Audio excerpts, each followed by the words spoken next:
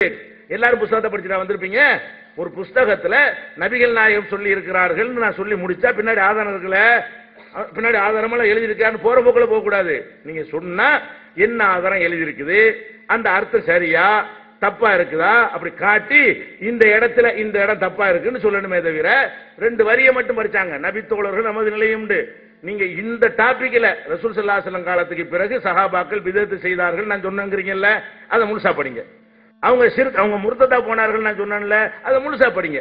அந்த ஹதீஸுக்கு அந்த அர்த்தம் இல்லைன்னு அப்புறமேல் நீங்க சொல்லணுமே தவிர நாங்க என்ன சொல்றோம்னு நாங்க ஒண்ணுங்க எடுத்து வைக்கணும். நாங்க வைக்கலன்னா நீங்க எங்க புக்ல இருந்து முழுசா எடுத்து வைக்கணும். நீங்க தான் அதை வைக்கிறீங்க.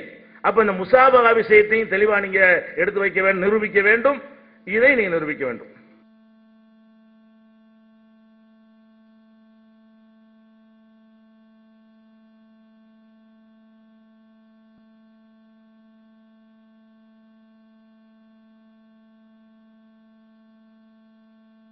அன்பானவர்களே, எதிரணியினர் அவர்களின் மீது நாம் வைத்த குற்றச்சாட்டை தாங்கிக் கொள்ள முடியாம அதே வசனத்தை நம்மகிட்ட சொல்லணுங்கிறதுக்காக வேண்டி சம்பந்தம் இல்லாம பூமி எல்லாம் உள்ளது நீங்க எல்லாம் அதுக்கு ஆதாரம் இதுவெல்லாம் அரங்கமெல்லாம் எல்லோரும் கண்ணுக்கு தெரியுதான், மேஜை எல்லோரும் கண்ணுக்கு தெரியுதான்.